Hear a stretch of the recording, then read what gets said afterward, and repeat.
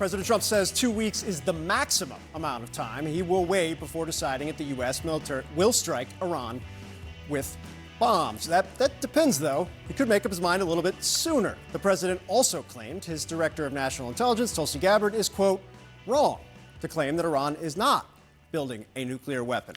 And Trump appeared to dismiss Europe's efforts to engage diplomatically with Iran. Did the Europeans help at all in talking with the Iranians? No, they didn't help. No. Iran doesn't want to speak to Europe. They want to speak to us.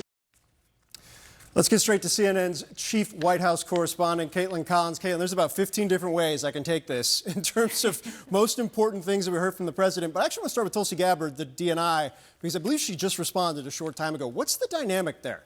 Yeah, this is really striking, Phil, because this is the second time in as many days that the president has undermined his director of national intelligence, Tulsi Gabbard, going as far as today to say that she's wrong when she offered that assessment when she was testifying before Capitol Hill back in March, something that wasn't really widely noticed at the time publicly, but certainly was noticed inside the administration. She testified that Iran had not restarted its nuclear program and goals of reaching a nuclear weapon. She invoked the supreme leader specifically in that assessment. And while she did say that it had the highest uranium enrichment of any company or of any country that doesn't have a nuclear weapons program, obviously these comments are not sitting well with the president every time he's been asked about them.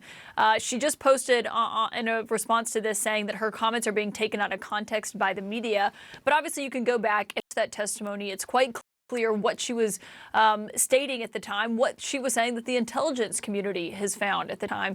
And now, between the comment that the president just made on the tarmac in New Jersey compared to what he said on the way back from Canada when he told me that he didn't care what she had testified about Iran's nuclear program, and today going as far as to tell our colleague Von Hilliard that she is wrong in that assessment, it says a lot about essentially who he is relying on in a moment like this, when it is such a critical juncture in his presidency as he's getting ready to make this decision about whether or not the United States is going to get involved in this war.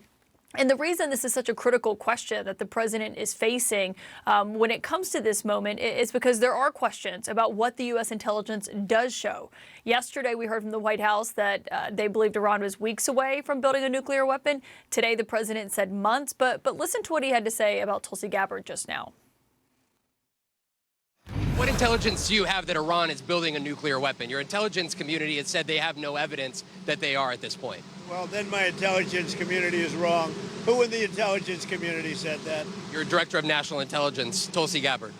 She's wrong.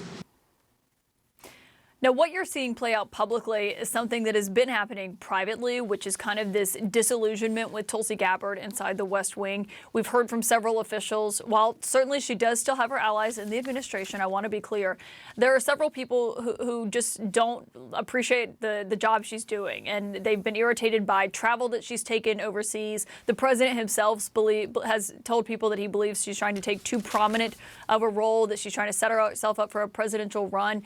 And so all of that is coming into view here. She's certainly a weakened director of national intelligence. That doesn't mean she's going anywhere. We don't have any indication of that. But you can see very clearly where she stands in the president's eyes based on what he's been saying, Phil. Yeah, Gabbard has pushed back hard. Her team has pushed back hard as well. But we've seen this trend line. It doesn't often end very well for the cabinet official in those moments. Caitlin Collins, as always, my friend, thanks so much. Well, the deadly conflict, it's showing no signs of slowing down as Israel and Iran launched new waves of missile strikes today. At least one Iranian strike injured dozens in northern Israel. Meanwhile, thousands of Iranians took to the streets of Tehran, protesting against Israel and the Trump administration. I want to bring in CNN's Clarissa Ward in Israel. CNN's Matthew Chance is in Geneva, Switzerland for us, where Iran's foreign minister met with European officials. We want to start there. Matthew, we just heard the sound from President Trump just a short while ago, seeming not overly enthused about the diplomatic efforts taking place where you are. What's your sense of the progress?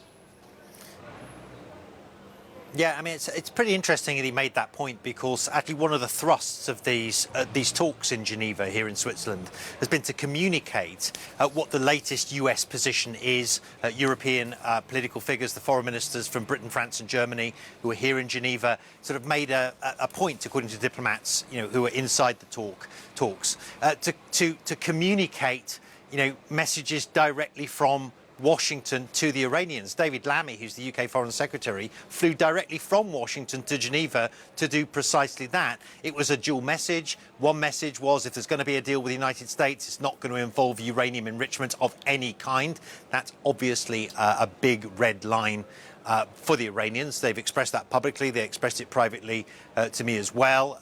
And when I tried to speak to the Iranian foreign minister, so after the talks, he, refused to be drawn on it. But, look, this is something that is still something that the Iranians are not prepared to go to at the moment.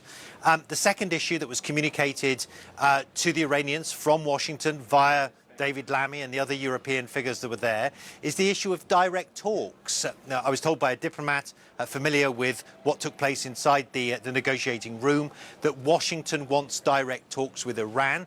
Iran has rejected that categorically, while Israel remains, is still, bombarding Iranian nuclear targets and other targets inside the country.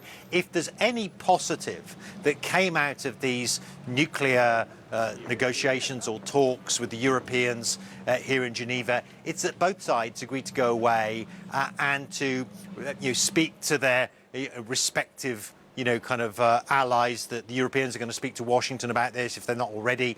The Iranians are going to speak to their senior leadership back in Tehran. And if they can both agree a pause, and obviously that's a very big if, then it's possible that the two sides, the Americans and the Iranians, could meet directly. But that does feel, I have to say, a long way off from where we are right now, Phil. Yeah, and the clock is certainly ticking. Clarissa, over to you. I think there's a lot of intense focus, rightfully so, on Geneva. But this was still a conflict that is showing no signs of slowing down. What was happening on the ground? Well, I can say also important to note that Israeli officials are throwing a lot of cold water on what's going on in Geneva. They don't believe that a diplomatic process is going to net any results, and they don't have any intention of stopping their operations in Iran while it's going on. And it's clear as well that the Iranians are not about to stop their operations this afternoon.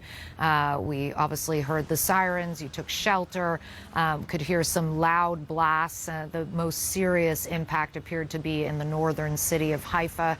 31 people injured in that attack. Our colleague Nick Robertson was on the scene shortly afterwards, spoke quickly to the Israeli Foreign Minister Gideon Sa'ar, who basically said that they're very skeptical about these diplomatic negotiations. Now, clearly, publicly, they are not going to criticize the U.S. and particularly President Trump for extending this to kind of a 2-week window or a 2-week deadline. Publicly, they're very much staying on the same page of we're so grateful to the U.S. for all the defensive support that they have provided. Privately, you get a slightly different picture. Some Israeli officials that CNN has spoken to have said that they think perhaps Trump is just trying to kind of bluff and throw the Iranians off with this 2-week timeline, but actually still intends to intervene militarily. Others have expressed concern to CNN that in their mind they're seeing a lot of what they called zigzagging, sort of moving back and forth between positions. Certainly, though, what Israel does seem to be affirming is that whether the U.S. is on board or not, they intend to see this through to the end. The IDF chief of staff today saying that the Israeli public must be prepared for a prolonged conflict here. Phil?